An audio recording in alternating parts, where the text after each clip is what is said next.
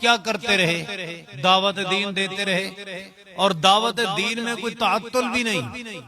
اہمیت اتنا بڑی ہے کہ دعوتہم لیلا و نہارا، دن بھی نہیں چھوڑا، رات بھی نہیں چھوڑی، دن کو بھی دعوت دین، رات کو بھی دعوت دین، تنہائی میں ہیں تب بھی دعوت دین دے رہے ہیں، اجتماعیت میں ہیں تب بھی دعوت دین دے رہے ہیں۔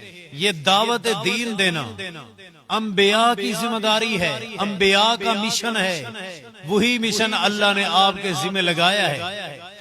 اور اس دعوت دین کی اہمیت اور اس کا فائدہ بہت زیادہ ہے، جس کی وجہ سے لوگ نیکی پہ عمل کرتے ہیں۔ دعوت دین کی وجہ سے لوگ گناہوں کو چھوڑتے ہیں۔ یہ دعوت دین کی وجہ ہی ہے۔ جو لوگ دعوت دین نہیں دیتے ان کی سزا اندازہ کریں کہ حضرت موسیٰ علیہ السلام کی قوم کے جو 3 دھڑے تھے وہ کیا جرم کرتے تھے۔ ایک وہ تھے جو ہفتے والے دن شکار کرتے تھے مچھلی کا، جبکہ ممنوع تھا۔ دوسرا گروہ منع کرتا تھا، دعوت دین دیتا تھا کہ مچھلی نہ پکڑو، ہفتے والے دن گناہ سے باز آ جاؤ، نیکی پہ کاربند رہو۔ ایک گناہ کرنے والا، ایک گناہ سے روکنے والا، دین کی دعوت پہنچانے والا۔ تیسرا گروہ کہتے ہیں نہ ہم گناہ کرتے ہیں نہ روکتے ہیں۔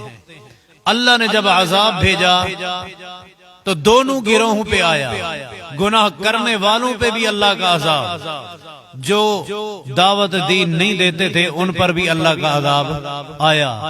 مانا کہ دعوت دین چھوڑنا اتنا بڑا جرم ہے کہ جس طرح گناہگار پکڑا جاتا ہے، اس کے ساتھ دعوت دین نہ دینے والا، گناہ سے نہ روکنے والا، وہ بھی اسی طرح پکڑا جاتا ہے۔ فرمایا من رأى منکم منکرا فلیغیرہ بیدہ، جس کے سامنے گناہ ہو رہا، ہاتھ میں طاقت ہے، کلائی میں طاقت ہے، ہاتھ سے روکو۔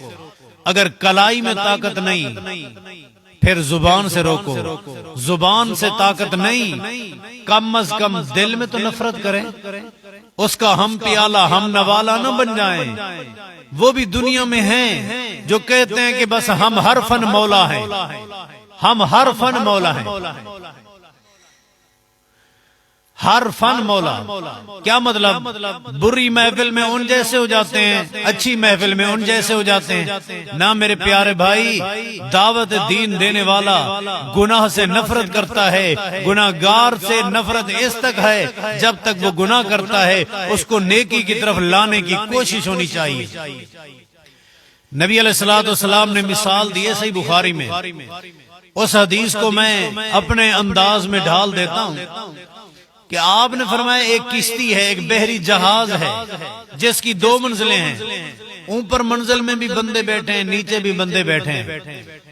اب نیچے والے پانی بھرنے کے لیے اوپر جاتے ہیں، اوپر والوں کو تکلیف ہوتی ہے، اب وہ نہیں چاہتے کہ ہمیں یہ تکلیف پہنچے۔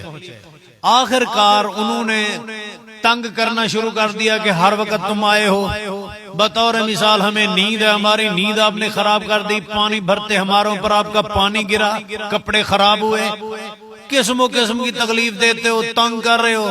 نچلوں نے کہا یہ ہمیں اوپر سے پانی نہیں بھرنے دیتے، ہم خود کفیل ہوتے ہیں، نیچے سے ہی سوراخ کرتے ہیں، نیچے سے ہی سوراخ کرتے ہیں تاکہ ہمارا پانی ڈائریکٹ ملے گا، اوپر جانے کی ضرورت نہیں ہے۔ اب نیچے وہ سوراخ کرنے لگتے ہیں۔ سوراخ کرنا قانون ہے، کشتی جہاز کے اصولوں میں سے یہ خلاف ورزی ہے، جہاز ڈوب جائے گا۔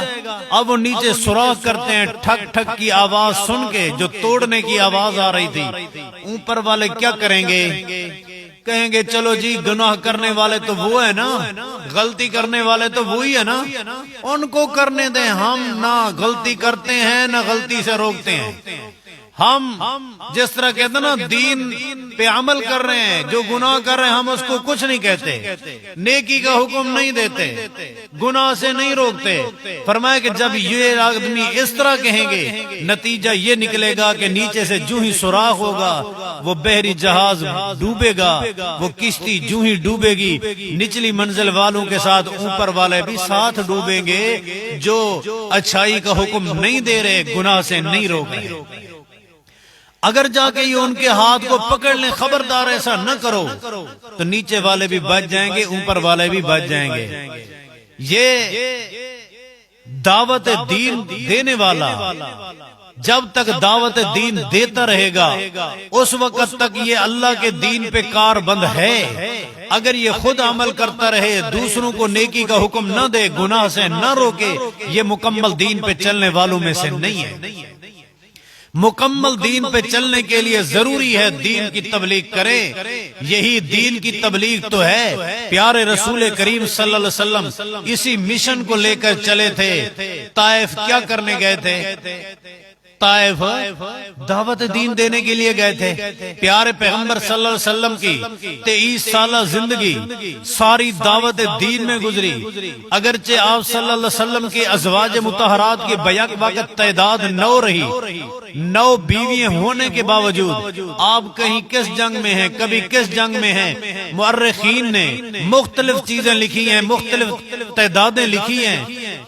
علامہ شوقی خلیل کی تحقیق کے مطابق پیارے پیغمبر کے وہ غزوات جن میں آپ بے نفس نفیس شریک ہوئے 28 غزوات ہیں، اور جن میں آپ نہیں شریک ہوئے صحابہ کو بھیجا تھا وہ 55 آپ صلی اللہ علیہ وسلم کے سرایا ہیں جن میں صحابہ کو بھیجا گیا۔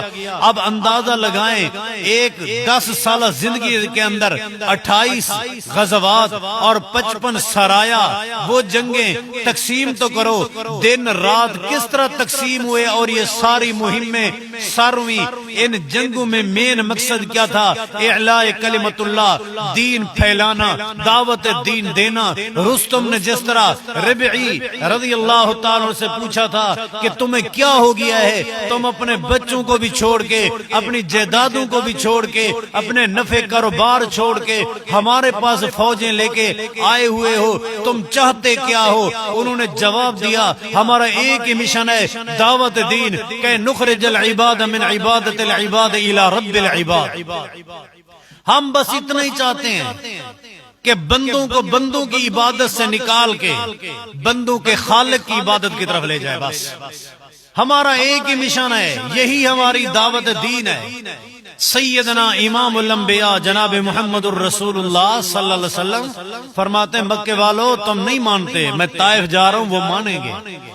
دین کی دعوت لے کے گئے۔ حضرت عائشہ رضی اللہ تعالیٰ عنہ فرماتی ہیں اگر اللہ کے رحمت کے فرشتے میرے پیارے پیغمبر کے جسم کے زخم نہ دھوتے، طائف میں جو انہوں نے پتھر مارے تھے، آپ صلی اللہ علیہ وسلم کے جسم پہ 4 انگلی رکھنے کی جگہ خالی نہ تھی جہاں زخم نہ آیا ہو۔